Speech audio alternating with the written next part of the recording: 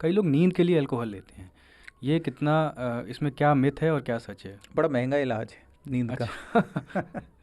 तो मैं अपने सारे पेशेंट को यही बोलता हूँ कि आप अगर नींद के लिए अल्कोहल ले रहे हो तो आप बड़ा महंगा इलाज ले रहे हो। एक तो क्योंकि अल्कोहल महंगा है, कोई इतना हम्म। सस्ता तो होता नहीं। सेकेंडरी, जो अल्कोहल से होने वाले आपको साइड इफ़ेक्ट होने वाले हैं उसके इलाज में आपका बड़ा पैसा खर्च होगा। हम्म। तो अगर किसी को नींद नहीं आ रही है, पहले तो उस नींद ना आने का कारण लें। माना वो स्ट्रेस और एंग्जाइटी है तो आप हम्म। उसको ट्रीट करें, ठीक है, नींद आ जाएगी। माना किसी को एग्ज़ाम स्ट्रेस है तो नींद नहीं आएगी, ठीक है। अब होता क्या है कि जो लोग लगातार अल्कोहल लेते हैं, जो मैं आपको केमिकल वाला बता रहा था, अब यहाँ वो आता है। अल्कोहल एक इनहिबिटरी मॉलिक्यूल है, अगर वो आपके ब्रेन को दबा के रखता है।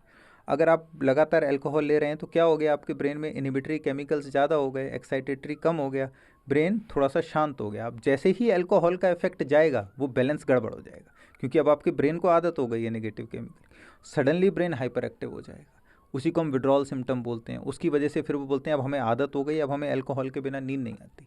वो एक एडिक्शन हो गया है, हम्म। जिसकी वजह से आपको, अब आपके ब्रेन को, आपकी बॉडी को अल्कोहल के इनहिबिटरी इफेक्ट्स की आदत हो गई है और अब आपसे वो छूट नहीं रही। वो ऐसा नहीं है कि आप वो सोने के लिए ले रहे हो, अगर आप कुछ दिन नहीं लोगे वापस नींद आने लग जाएगी, लेकिन वो सडनली छोड़ोगे तो वापस से बैलेंस ख़राब होगा तो आपको प्रॉब्लम होगा। अल्कोहल की तरह एक एडिक्शन है मोबाइल हाँ, या स्क्रीन, हमारा लैपटॉप का, टैबलेट का, ये कितना ट्रिगर करता है माइग्रेन को? बहुत ज़्यादा, बहुत ज़्यादा। स्पेशली आप एक डार्क रूम में रात को सोने के पहले ब्राइट स्क्रीन करके फ़ोन के, अगर आप और कान में ईयरफोन लगा के रील देख अगर रहे आप हैं। सुन रहे हो तो उसमें आपने सारी दुनिया के ट्रिगर इन्वॉल्व कर लिए। ब्राइट लाइट भी है, हम्म। ईयरफोन लगा हुआ है, लाउड नॉइज़ भी है, ठीक है।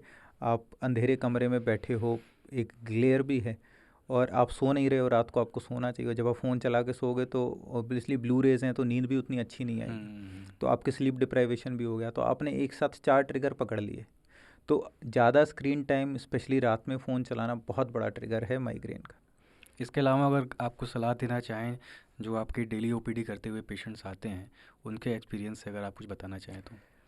सबसे इम्पॉर्टेंट माइग्रेन में है कि आप अपने हेडेक को टाइमली ट्रीट करें। मोस्टली पेशेंट्स जो हमारे पास आते हैं, ऑलमोस्ट 90%, मोर देन 90% पेशेंट जो हमारे पास आते हैं वो हमारे पास बहुत लेट आते हैं। उनको ऑलमोस्ट सालों से, महीनों से हेडेक हो रहा होता है और वो उसको इग्नोर करते हैं। कुछ लोग ऐसे भी आते होंगे जो गूगल करके सिम्टम्स को बहुत ज़्यादा गंभीर समझ के आ जाते होंगे, हाँ, जिनसे जैसे ये कि कहना होता हो कि भाई नींद से भी आ सकता है ये सिर दर्द। बिल्कुल।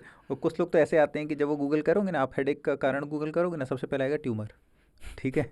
जो कैसे? जो जो बहुत कम कॉमन कारण है, हम्म। ठीक है।